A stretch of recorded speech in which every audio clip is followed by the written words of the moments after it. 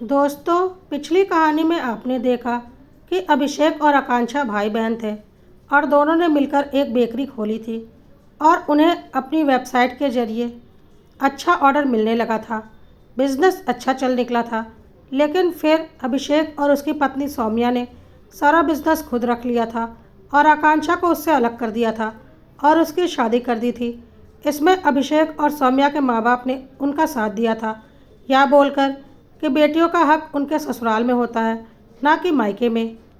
आकांक्षा की पूरी मेहनत को सौम्या ने हड़प लिया था, जिससे आकांक्षा बहुत दुखी थी। कुछ समय के बाद आकांक्षा अनूप से शादी करके ससुराल आ गई थी और अब अनूप दोबारा से आकांक्षा का बिजनेस सेट करने में पूरी तरह से आकांक्षा का साथ दे रहा था और इस बार पूरी प्लानिंग से, ताकि बिजनेस अच्छी तरक्की करे, जिसके लिए अनूप ने प्रोफेशनल्स हायर किए थे जो कि आकांक्षा के बिजनेस को अच्छा ग्रोथ दे सकें। और आकांक्षा ने अपनी एक छोटी सी बेकरी स्टार्ट भी कर दी थी। चलिए देखते हैं आगे क्या हुआ। अनूप की मदद से आकांक्षा ने अपना काम दोबारा शुरू कर दिया था। अनूप ने जिन प्रोफेशनल्स को हायर किया था, उन्होंने बहुत अच्छे से आकांक्षा की बेकरी के लिए ऑनलाइन एड्स रन किए। आकांक्षा की बेकरी के लिए एक वेबसाइट और उसकी एप्लीकेशन डिज़ाइन कर दी। इस वेबसाइट और ऐप के जरिए आकांक्षा को अच्छे ऑर्डर आने लगे और वक्त वक्त पर उसके एड्स हर सोशल साइट्स पर रन कराए जाते थे, जिससे लोगों को उसकी बेकरी के बारे में जानकारी मिलने लगी। अनूप ने अच्छे खासे पैसे इन्वेस्ट कर दिए थे आकांक्षा के बिजनेस में और आकांक्षा को अच्छे खासे ऑर्डर भी आ रहे थे। बेकरी में भी आकांक्षा ने एम्प्लॉयज़ हायर कर लिए थे और अपनी देख रेख में उनसे केक बनवाती थी। साथ ही साथ अनूप ने एक टीम हायर करके आकांक्षा का यूट्यूब चैनल भी इस्टेब्लिश करवाना शुरू कर दिया था, जिसमें आकांक्षा द्वारा बनाए जाने वाले केक और उसकी बेकरी के बेहतरीन क्लिप्स पूरी प्रोफेशनल तरीके से शूट की जाती थी और उसे प्रोफेशनली अपलोड किया जाता था, जिसकी वजह से 1 महीने में ही यूट्यूब चैनल को अच्छी ग्रोथ मिल चुकी थी। और 6 महीने होते होते आकांक्षा का बिजनेस काफ़ी आगे बढ़ गया था, क्योंकि आकांक्षा के केक में कोई कमी नहीं होती थी, ना ही टेस्ट में, ना ही डिज़ाइनिंग में और ना ही डिलीवरी में। सब कुछ सही तरीके से वक्त पर होता था, इसलिए आकांक्षा का कस्टमर तेज़ी से बढ़ रहे थे। जल्दी ही बिजनेस प्रॉफिट देने लगा और इन्वेस्ट किए हुए सारे पैसे निकलने लगे। इतने दिनों में आकांक्षा खुद भी काफ़ी कुछ सीख चुकी थी और जो गलती उसने पहले की थी वह इस बार नहीं की। पहली बार वह ऑर्डर के लिए अभिषेक पर पूरी तरह से आश्रित थी, पर इस बार वह ऑनलाइन सारे प्लेटफॉर्म्स को भी अच्छे से सीख और समझ रही थी और खुद हैंडल करने लगी थी। और ऐसा करने के लिए अनूप ने ही उसे प्रोत्साहित किया था, ताकि आकांक्षा का कॉन्फिडेंस बढ़ता जाए और वह कभी किसी पर आश्रित ना रहे। बाकी साथ देने के लिए तो अनूप हर कदम पर था ही।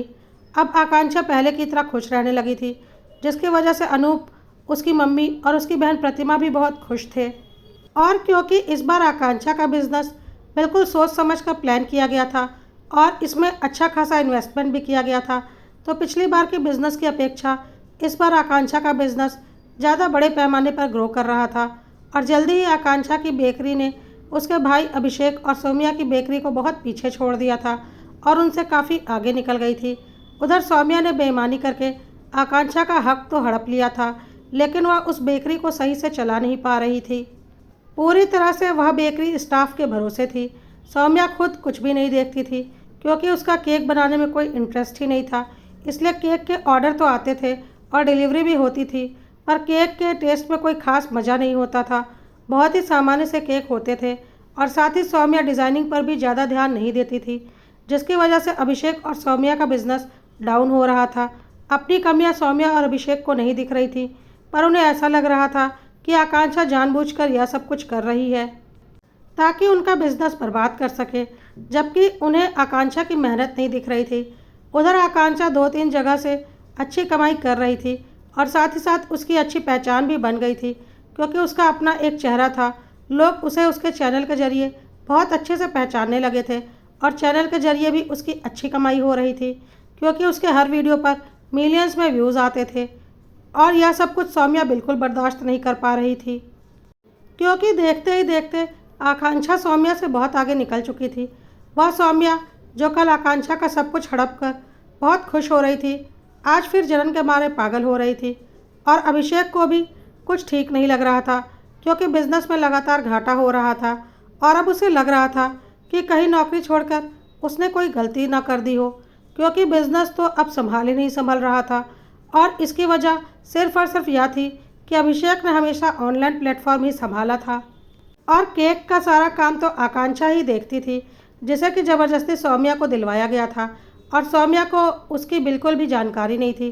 अभिषेक और सौम्या को समझ में आ चुका था कि यह बिजनेस अब उनके बस का नहीं है और वह जल्दी ही घाटे में जाने लगेंगे। लेकिन सौम्या को तो सिर्फ यही लग रहा था कि यह सब कुछ आकांक्षा ही कर रही है। अगर आकांक्षा अपनी बेकरी बंद कर दे तो वापस से सौम्या और अभिषेक की बेकरी मार्केट पकड़ लेगी और आकांक्षा की वजह से ही यह परेशानी उनके सिर आ गई है। और एक बार फिर अपनी कमियों को छुपाते हुए सौम्या ने यही बात अभिषेक के दिमाग में भरनी शुरू कर दी कि आकांक्षा की वजह से उनका बिजनेस डूब रहा है। और एक बार फिर अभिषेक और सौम्या अपने मम्मी पापा के सामने इमोशनल ड्रामा करने पहुंच गए और वहां रो रो कर अपना हाल बताने लगे कि कैसे आकांक्षा शादी करके इस घर से चली तो गई, पर वह अब उनसे बेकरी चले जाने का बदला ले रही है। वह चाहती तो कोई और काम भी शुरू कर सकती थी, लेकिन उसने जानबूझकर फिर से यही काम शुरू किया है। और क्योंकि वह बहुत अच्छा केक बनाना जानती है और साथ ही साथ हमारे बिजनेस के सारे सीक्रेट्स भी जानती है, तो जानबूझकर वह अपने बिजनेस को इस तरह से प्रमोट कर रही है कि हमारा बिजनेस उसकी वजह से डूब रहा है। क्या ज़रूरत थी उसे फिर से केक का काम शुरू करने की? और मैं तो अब इस बिज़नेस के अलावा कुछ करता भी नहीं।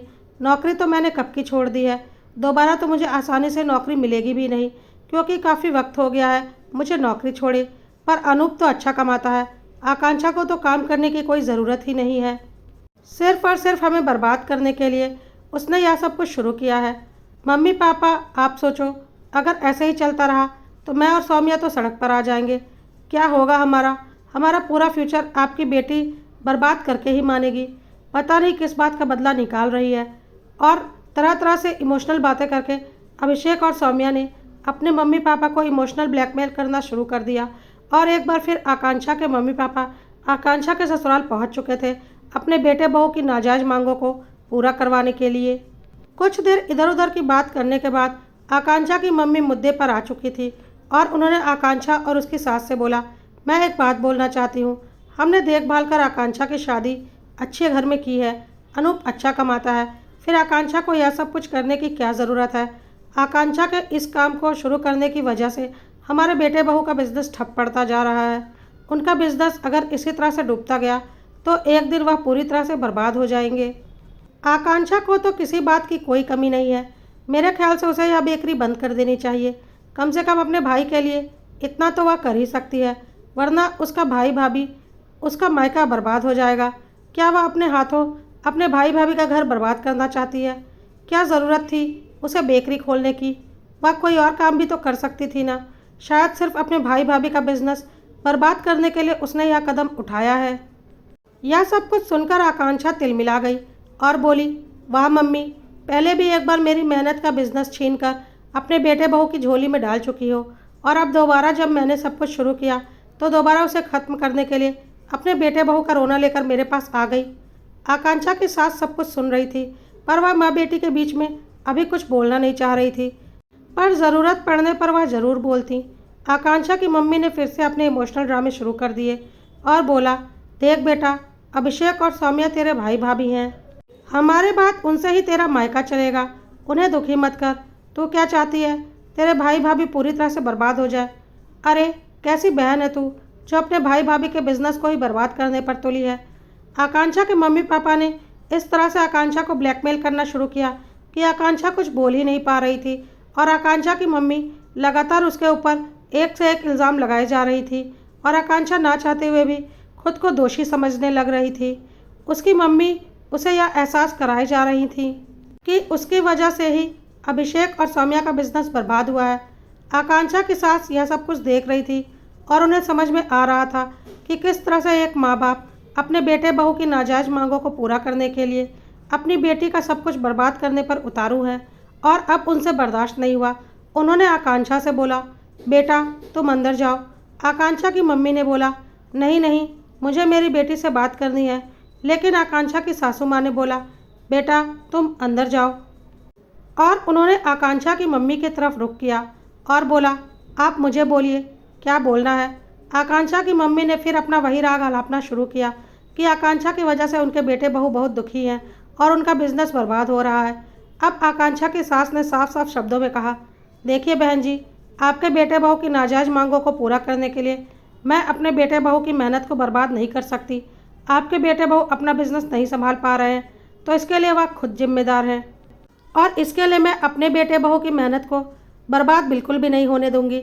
और हाँ, खबरदार जो फिर कभी मेरे बहू को इमोशनल ब्लैकमेल करने की कोशिश की। आकांक्षा की सास ने अपनी बेटी प्रतिमा को फ़ोन करके तब तक वहाँ बुला लिया था और वह आ भी चुकी थी। प्रतिमा के आने के बाद प्रतिमा की मम्मी यानी कि आकांक्षा की सास ने आकांक्षा के मम्मी पापा से बोला, मेरी बेटी प्रतिमा को तो आप लोग जानते होंगे, यह मेरे घर के बगल में अपनी बुटीक चलाती है जो कि उसने शादी के पहले शुरू किया था और हमारी ही दुकान में शुरू किया था। तो आपके हिसाब से तो हमें वह बुटीक इससे छीनकर आकांक्षा के नाम करवा देनी चाहिए, क्योंकि वह तो बहू का हक होता है ना कि बेटी का। बेटी तो ससुराल विदा हो जाएगी। अब भले ही आकांक्षा का इंटरेस्ट बुटीक चलाने में हो या ना हो, मुझे अपनी बेटी की मेहनत और खुशियाँ छीनकर अपनी बहू को दे देनी चाहिए ना। लेकिन नहीं, वह बुटीक की दुकान हमने अपनी बेटी प्रतिमा के नाम कर दी, क्योंकि बहुत मेहनत से उसने अपनी बुटीक खड़ी की थी और उसकी मेहनत को हम छीनकर अपनी बहू के लिए नहीं रख सकते थे। इस पर सिर्फ और सिर्फ मेरी बेटी प्रतिमा का ही हक था, क्योंकि मेरी सोच आप लोगों जैसी घटिया नहीं है। माँ बाप की संपत्ति पर सारे बच्चों का हक होना चाहिए, और अगर ऐसा नहीं है तो जिस बच्चे को हक दिए हैं सारी उम्मीदें भी उसी से रखनी चाहिए। उम्मीदें लेकर बार बार बेटी के पास और हक देने के लिए बेटे के पास नहीं जाना चाहिए। आकांक्षा के मम्मी पापा हैरान होकर आकांक्षा के सास की बातें सुन रहे थे और उनके पास जवाब देने के लिए कोई शब्द नहीं थे। आकांक्षा की सास ने आगे बोला, भूलिए मत, सौम्या आपकी बहू है तो आकांक्षा मेरी बहू है, और आपकी बातों से साफ पता चलता है कि आपके दिल में अपनी बेटी के लिए कोई दर्द नहीं है, लेकिन बेटे बहू के लिए आप जान छिड़कती हैं। पहले भी एक बार आपने आकांक्षा का हक छीनकर अपनी बहू को थमाया था और अब दोबारा उसे तोड़ने आई हैं, लेकिन उस वक्त आकांक्षा पर आपका हक था, वह आपकी बेटी थी। लेकिन अब आकांक्षा पर मेरा हक है, वह मेरी बहू है। और खबरदार, जो मेरी बहू को कोई भी दुख देने की कोशिश की, अब आप जा सकती हैं। मेरी बहू अपना बिजनेस बिल्कुल भी बंद नहीं करेगी। उस बिज़नेस को इस्टेब्लिश करने के लिए मेरे बेटे बहू ने दिन रात मेहनत की है, खास करके मेरी बहू ने। तो जाकर अपने बेटे बहू को समझाइए कि बिज़नेस चलाने के लिए मेहनत करनी पड़ती है, ना कि दिमाग चलाकर दूसरों का हक हड़पने से बिज़नेस चलता है। क्योंकि दूसरों का हक हड़प कर तुम कब तक उससे फ़ायदा कमा सकते हो, अगर तुम्हारे अंदर हुनर और काबिलियत ही ना हो और तुम मेहनत करना ही नहीं जानते हो। तो आगे से मेरी बहू को कुछ समझाने और ताना मारने से अच्छा है कि अपने बेटे बहू को थोड़ा अक्ल का घोड़ा दौड़ाने के लिए बोलिए और थोड़ा मेहनत करने के लिए बोलिए। बार बार आप लोगों की नाजायज़ खुशी के लिए मैं अपनी बहू को दुखी नहीं करूँगी, और गलती से भी आइंदा इस तरह की फालतू बात लेकर मेरी बहू के पास आने की ज़रूरत नहीं है। एक माँ बनकर बेटी से मिलने आना है तो आप ज़रूर आइए, आपका स्वागत है। लेकिन एक सास बनकर अपने बेटे बहू के फ़ायदे के लिए मेरी बहू को परेशान करने के लिए आना है तो मेरे घर के दरवाजे आप लोगों के लिए बंद है। कहकर आकांक्षा की सास ने हाथ जोड़ लिए और अपने कमरे की तरफ जाने लगी, जो कि आकांक्षा के मम्मी पापा के लिए साफ इशारा था कि वह लोग जा सकते हैं। और क्योंकि आकांक्षा की सास ने इस पर बहुत ही कड़े ढंग से आकांक्षा के मम्मी पापा को जवाब दिया था, इसलिए उनकी दोबारा कोई बहस करने की हिम्मत नहीं पड़ी और वह चुपचाप वहाँ से निकल गए। इधर अभिषेक और सौम्या इस गुमान में थे कि जल्दी ही मम्मी पापा घर आएंगे या खुशखबरी लेकर कि आकांक्षा ने अपना बिजनेस बंद करने की सोच ली है और उसके बाद दोबारा उनका बिजनेस चल निकलेगा। लेकिन इस बार ऐसा कुछ नहीं हुआ। अभिषेक के मम्मी पापा ने बोल दिया कि आकांक्षा की सास ने कोई भी मदद करने से साफ मना कर दिया है और अब वह लोग कुछ नहीं कर सकते। आकांक्षा अपना बिजनेस बंद नहीं करेगी। अब तुम लोगों को जो मेहनत करनी है करो अपना बिजनेस चलाने के लिए। अभिषेक और सौम्या अपना सा मुँह लेकर रह गए, क्योंकि उनका सोचा सफल नहीं हुआ था। उधर आकांक्षा अपनी सास का साथ पाकर दोबारा अपने बिजनेस में रम गई थी और उसने रफ्तार पकड़ ली थी। अब वह और अधिक मेहनत कर रही थी। लेकिन इधर सौम्या, उसका तो मेहनत से दूर दूर तक कोई नाता ही नहीं था। उसे तो बस पैंतरेबाजी करनी आती थी। इसी तरह से दिन बीत रहे थे और आकांक्षा का बिजनेस लगातार बढ़ता जा रहा था और सौम्या और अभिषेक का बिजनेस खत्म होता जा रहा था। अभिषेक ने दोबारा नौकरी ढूंढनी शुरू कर दी थी और उसे एक नौकरी मिल भी गई थी, लेकिन उसे फिर से अपने पुरानी जगह तक पहुंचने में अब वक्त लगता, क्योंकि उसने काफ़ी वक्त से नौकरी छोड़ रखी थी। सौम्या को यह सब कुछ बिल्कुल बर्दाश्त नहीं हो रहा था, पर अब वह कुछ नहीं कर सकती थी, अभिषेक और उसके मम्मी पापा को भी अब अपनी गलती का एहसास होने लगा था।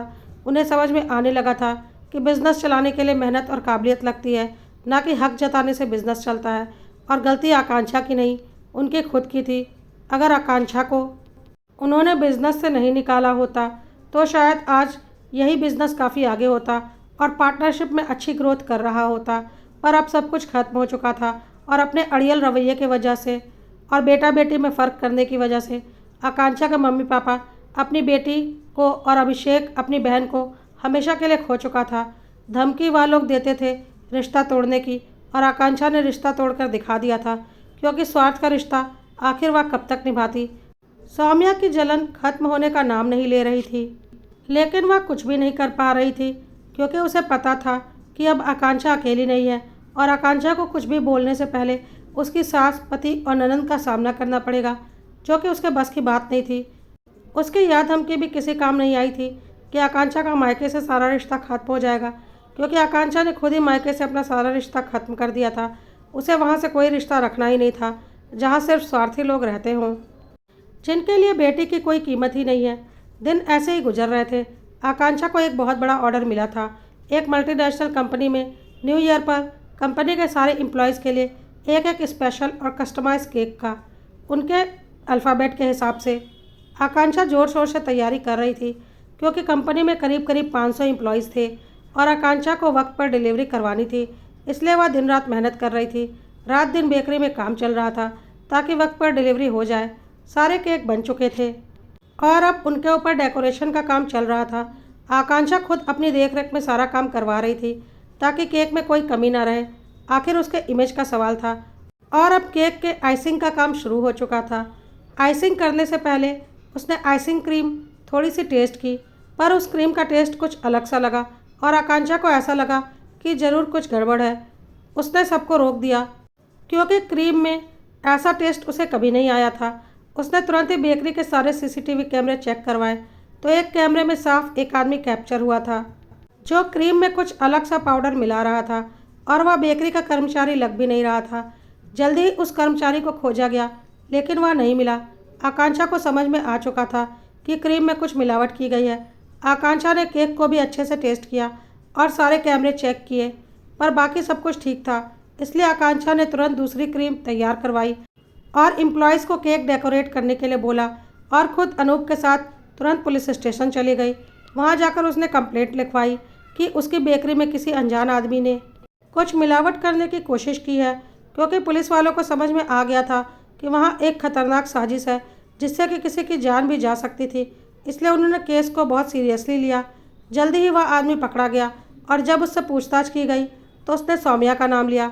आकांक्षा और अनूप गुस्से में आग बबूला हो गए। उन्हें यकीन नहीं हो रहा था कि अपनी भड़ास निकालने के लिए और उसे बदनामी देने के लिए सौम्या इतनी बड़ी साजिश कर सकती है, कि उसने किसी की जान लेने की साजिश की। जल्दी ही आकांक्षा और अनूप पुलिस को लेकर सौम्या के घर पहुंच चुके थे, जिसे देखकर अभिषेक, सौम्या और उसके मम्मी पापा हैरान थे। लेडी पुलिस भी साथ आई थी और सौम्या को गिरफ्तार करने के लिए आगे बढ़ी, जिसे देखकर अभिषेक और उसके मम्मी पापा विरोध करने लगे और बोलने लगे, आकांक्षा, यह सब क्या है? सौम्या ने ऐसा क्या कर दिया कि तू अपनी भाभी के लिए पुलिस लेकर आई है? आकांक्षा ने कुछ नहीं बोला। पुलिस वालों ने बोला, मैडम, आपकी इस बहू ने कई लोगों की जान से खेलने की कोशिश की है। इसने आकांक्षा जी की बेकरी में केक पर लगाए जाने वाली क्रीम में जहर मिलवाया है। ज़रा सोचिए, अगर वह केक डिलीवर हो जाता और लोग उसे खा लेते तो कितने लोगों की जान पर आफत बन जाती। इनकी दुश्मनी तो निकल जाती, पर कितने लोगों की जान चली जाती। बहुत ही घटिया चाल चली है इस औरत ने अपने बिजनेस की दुश्मनी निकालने के लिए। सुनकर सौम्या के सास ससुर और अभिषेक हैरान हो गए। पुलिस ने सारे सबूत जो भी सौम्या के खिलाफ मिले थे उन लोगों को दिखा दिए और सौम्या को पकड़कर ले जाने लगी। यह सब कुछ देखकर अभिषेक और उसके माँ बाप हैरान थे कि सौम्या आकांक्षा से दुश्मनी निकालने के लिए इतना नीचे गिर सकती है कि किसी की जान लेने की भी सोच सकती है। आज अभिषेक और उसके माँ बाप को लग रहा था कि सौम्या की नाजायज़ जिद को पूरा करने के लिए हर बार उन्होंने उसका साथ दिया, लेकिन वह कितनी नीच और घटिया निकली। आज सौम्या की सास ने उसे एक ज़ोरदार तमाचा लगाया और बोला, तुम्हारी नाजायज़ मांग को पूरा करने के लिए अगर मैंने अपनी बेटी का दिल नहीं दुखाया होता तो मुझे आज यह दिन नहीं देखना पड़ता, और ना ही तुम्हारी हिम्मत इतनी बड़ी होती। अभिषेक ने पुलिस वालों से बोला, सर आप इस घटिया औरत को कड़ी से कड़ी सज़ा दिलवाने की कोशिश कीजिएगा। मैं सपने में भी नहीं सोच सकता था कि अपनी दुश्मनी निकालने के लिए यह लोगों की जान तक से खेल सकती है। आज आकांक्षा को भी बहुत गुस्सा आ रहा था और उसने भी एक जोरदार तमाचा सौम्या को लगा दिया और बोला, तुमने ज़िंदगी में मेरा सब कुछ छीना, मैंने सब कुछ बर्दाश्त कर लिया। दोबारा से मेरे खड़े किए गए बिजनेस को तुमने बंद करवाने की कोशिश की, मैंने वह भी बर्दाश्त कर लिया। लेकिन तुम अपनी दुश्मनी में इतनी आगे निकल गई कि तुमने मासूम लोगों की जान लेने की कोशिश की। इसके लिए मैं तुम्हें कभी माफ़ नहीं कर सकती और मैं एड़ी चोटी का जोर लगा दूंगी तुम्हें कड़ी से कड़ी सज़ा दिलवाने में। याद रखना, छोड़ूंगी नहीं मैं तुम्हें। और पुलिस वाले सौम्या को लेकर चले गए। आकांक्षा के मम्मी पापा और भाई आकांक्षा से माफ़ी मांगना चाहते थे अपनी की गई गलतियों के लिए, लेकिन आकांक्षा तब तक वहाँ से निकल कर जा चुकी थी, क्योंकि अब उसके दिल में किसी के लिए कोई जगह नहीं थी। वह अपने ससुराल के परिवार में पूरी तरह से खुश थी और उसके लिए उसके अपने बस उसका ससुराल का परिवार था।